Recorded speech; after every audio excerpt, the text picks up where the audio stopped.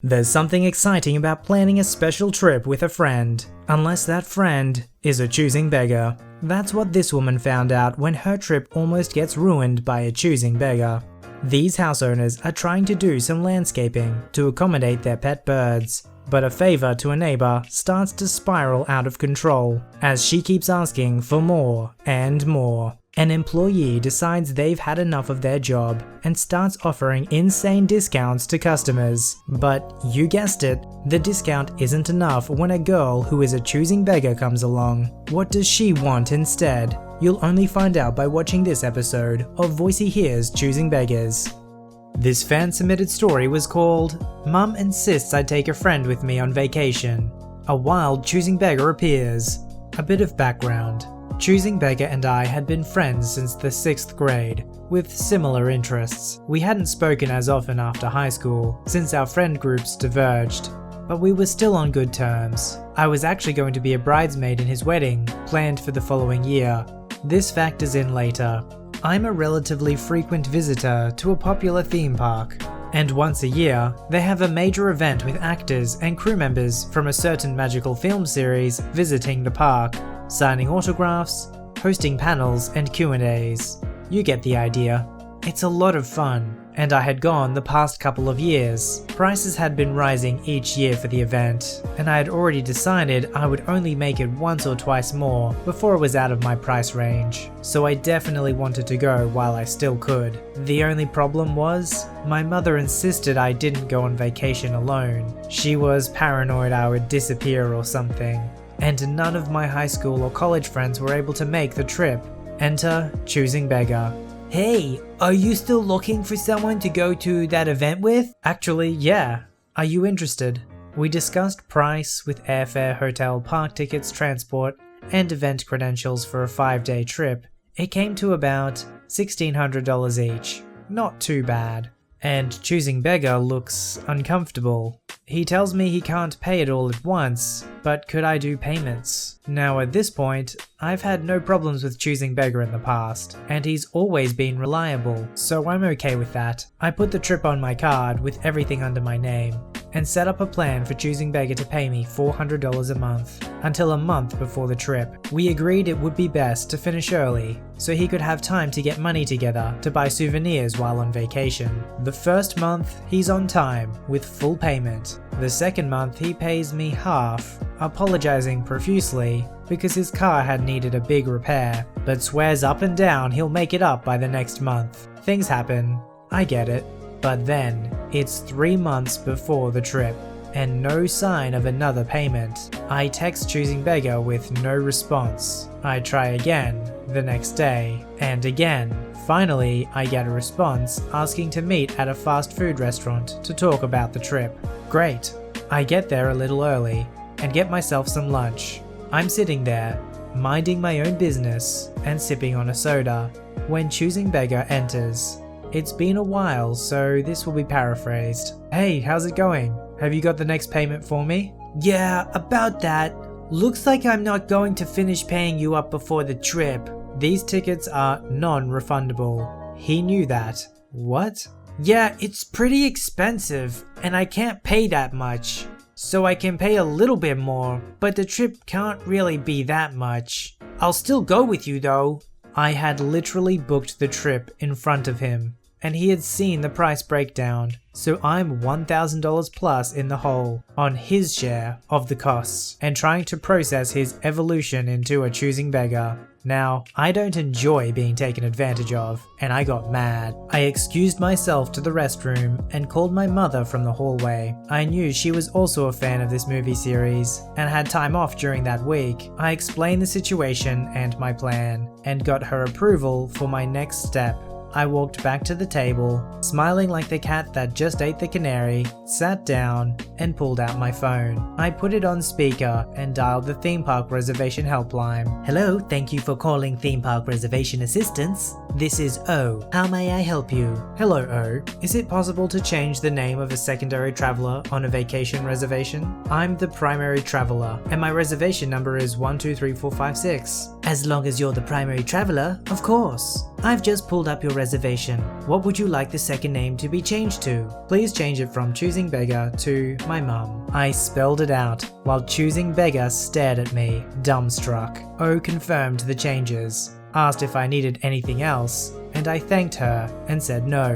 Next was the airline. They didn't want to make the change at first, instead telling me the funds could only be accessed by the traveler whose name was attached to the ticket. Choosing Beggar looked incredibly smug at this, until I told them to look up my frequent flyer number and my mother's frequent flyer number. We've been flying this airline for years, and Choosing Beggar had almost never been out of state. As a one-time courtesy, they allowed me to change the name for a small fee. Choosing Beggar didn't make the trip. My mum and I had a great time, and I kept the money he had already given me to cover the change fees and the cost of the bridesmaid dress for his wedding. His fiancée had made us buy them over a year in advance, and they ended up breaking up not long before the trip happened. Quite frankly, no one was surprised by this. Normally when you deal with a Choosing Beggar, it's a stranger. There's usually no emotional attachment to the person, so it's easy to shrug your shoulders, roll your eyes, and go, well, some people in this world just suck. It's a lot harder when the Choosing Beggar and the person trying to take advantage of you is a close friend. In this case, she was even part of the bridal party.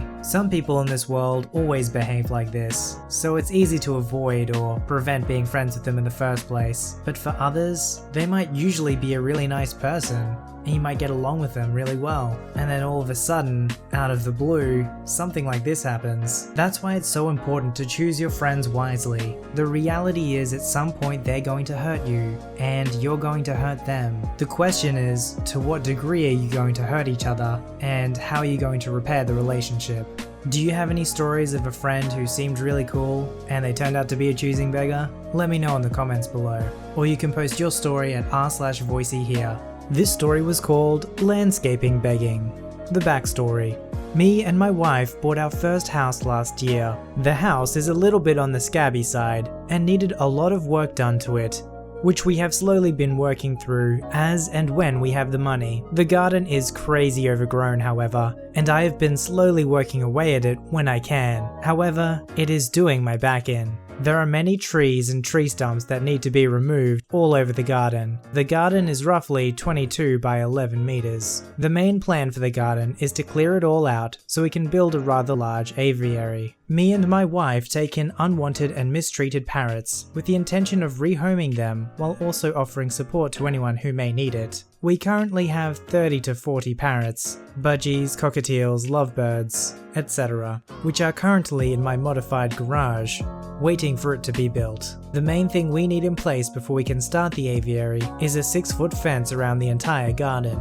This is needed mainly to act as a windbreak, as the area we live in can get rather windy. It is also necessary to stop being walked into my garden as we are backed onto the woods. I made sure to tell my neighbors what was going on months in advance, as having good neighbors who you can speak to and have a laugh with is really important to me. Both neighbors were really happy with this, and my garden was actually lowering the property value of theirs. People don't want to live next to someone who won't look after their garden, if you know what I mean. Great, I hired a company to start the work straight away. This is where it started going downhill and the choosing beggary begins. So we have neighbor 1 and 2. Neighbor 1 is great with no problems, and neighbor 2 is an ultimate choosing beggar, N1 and N2 for short. Work started in the garden and things were all going pretty smooth. N1 and N2 came out to meet the landscapers to discuss what the fence would look like, which they had no objections to. The fence would be a standard 6-foot picket fence that would not be painted, as I can save money by doing that myself. Not a problem, or so I thought. While I was at work, I got a few text messages from the landscaper saying that I needed to speak with neighbor 2, as she was pestering them constantly about things that needed to be done. I got home and went straight over to see what the issue was. Neighbor 2 was saying to the landscapers that I had asked her to say I wanted apple trees planted between me and neighbor 2's property. I did not agree to this in the first place, but I wanted to keep the peace and stay on good terms with my neighbors, so I had the landscapers add in the trees, as it wasn't going to cost too much more anyway. Everything carried on for a few more days when I got another text from the landscaper saying she's demanding more stuff. I walked over to N2's house after work to speak and see what she wanted. She had been demanding that the landscapers add a patio to her garden next to the fence. The conversation went a bit like this. If you want a patio, you'll have to pay the landscapers once they've done the work on my garden. But they can do it now. It will look really nice. I'm sure it will look nice, but right now, I'm paying them to work on my garden. You can hire them afterwards. But why would they do that? They're doing all the work to your garden. Surely it wouldn't cost to do this little bit for me. Patios can be very expensive, depending on what you want. That's all pennies to you. It's not me paying for it though. Why not?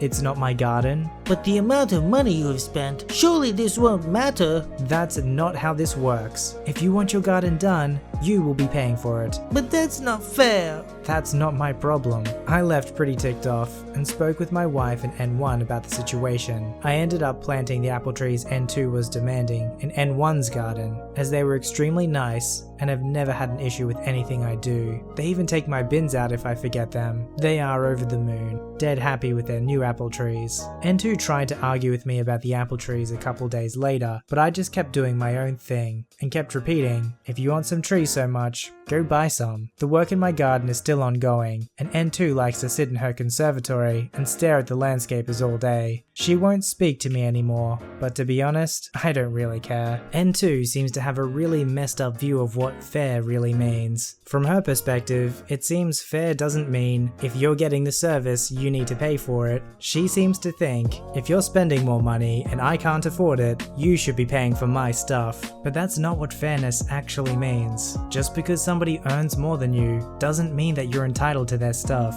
This story was called Customer Not Happy with a 95% Discount. This happened a decade ago when I was working for Mervyn's, a department store in America that went bankrupt. I was one of the seasonal employees who was hired to work the holiday season, September to December. 2 weeks after getting hired, the entire company declared bankruptcy and quickly went into a closeout sale. We were told that our store would be closing for good by around January, but most of the staff would be gone by January 1st. At the start of December, most of the staff stopped giving a crap, thinking more about finding a new job than giving that excellent customer service that we were told to give. I mean, what were they going to do? Fire us early? One employee, Matt, had been working there for a decade and felt cheated that he spent his entire 20s working for them and would have nothing to show for it. So he decided to create his own discounts. If you don't know, at least at Mervyn's, any staff member could give a discount on any item in the store if they wanted to. It was meant to be for like 5% off this, 10% that, for special occasions. In reality, there was no limit to how much you could discount things. This is where Matt gave zero craps and would start discounting entire purchases if the person was nice or a cute girl. It started off with 5 to 10% off, but as the store got closer to closing and our hours were getting cut, it went up with each passing week until it was 50 to 75% off. One evening, I'm working with Matt, and this really cute girl walks up with what had to have been $500 in clothes. Matt starts ringing it up, making small talk about her job and what a stressful day she's had, so she's treating herself. When he goes to apply special discount, he makes a point of saying that because she seems like a good person who deserves a break, and to make the day even special, and giving her a special discount of 95%. He probably thought it would impress her. Her eyes light up in getting such a huge deal, but then, when he shows her the new amount due, she got extra flirty and was whining about her day and how it could be even better if it was 100% off. Matt obviously knew what he was doing was illegal and could blame the system for giving deep discounts, but even managers who didn't care would notice 100% off, so he laughed it off, saying that even he doesn't get that good of a deal and he's the one dishing them out.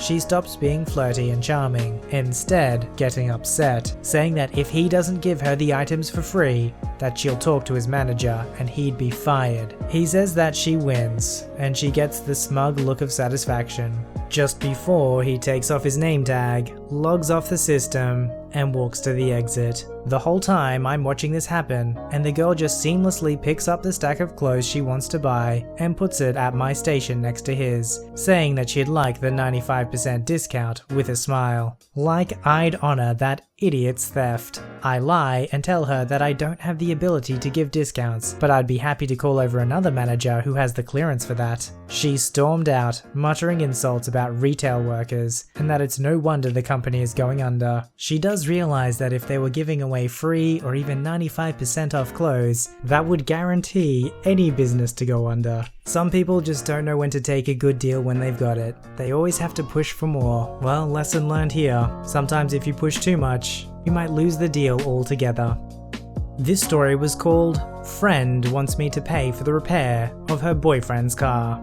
So I have this friend that I don't talk to often. We were kind of close in high school, but we kind of drifted apart after that. We talk from time to time, but nothing much. There were some other incidents before with her being a CB, but nothing so serious. So let's get to the story. In high school, I was really poor, but after that I became a programmer and I'm financially stable. Not rich, but pretty good. This friend, let's call her Choosing Beggar from now on, knows that.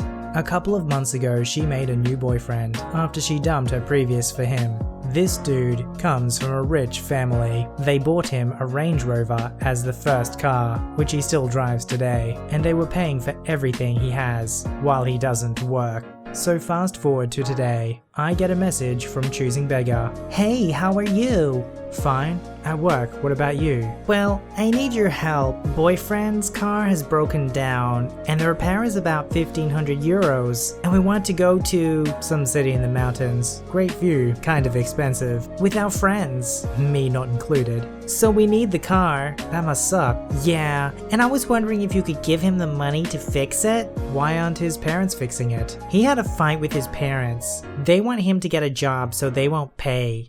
Well, that sucks. I could give him the money, but how is he going to pay me back? Excuse me? What? I asked you to give him the money, not lend him some money. So you want me just to give him 1,500 euros to fix his car so you can go on a trip just like that? You have money. You said you want to buy a Lexus. Yeah, that's true. I have some money, and I want to buy a Lexus as my first car, but that's not a reason to just throw away 1,500 euros. So what? I've worked for that money. I'm not going to give it for free. So all these years of friendship meant nothing? Well, it looks like they're worth 1,500 euros for you. You are so arrogant and full of yourself. You are just lucky. Some people aren't as lucky as you. Guys, I've been freaking poor. My parents didn't have enough money to pay for my transport to school every day, so I was missing classes because of that. You are so stupid. I won't waste my time with you. After that, she sent a wall of text that I didn't read. I think some Choosing Beggars think that if someone has money, that they've always come from money.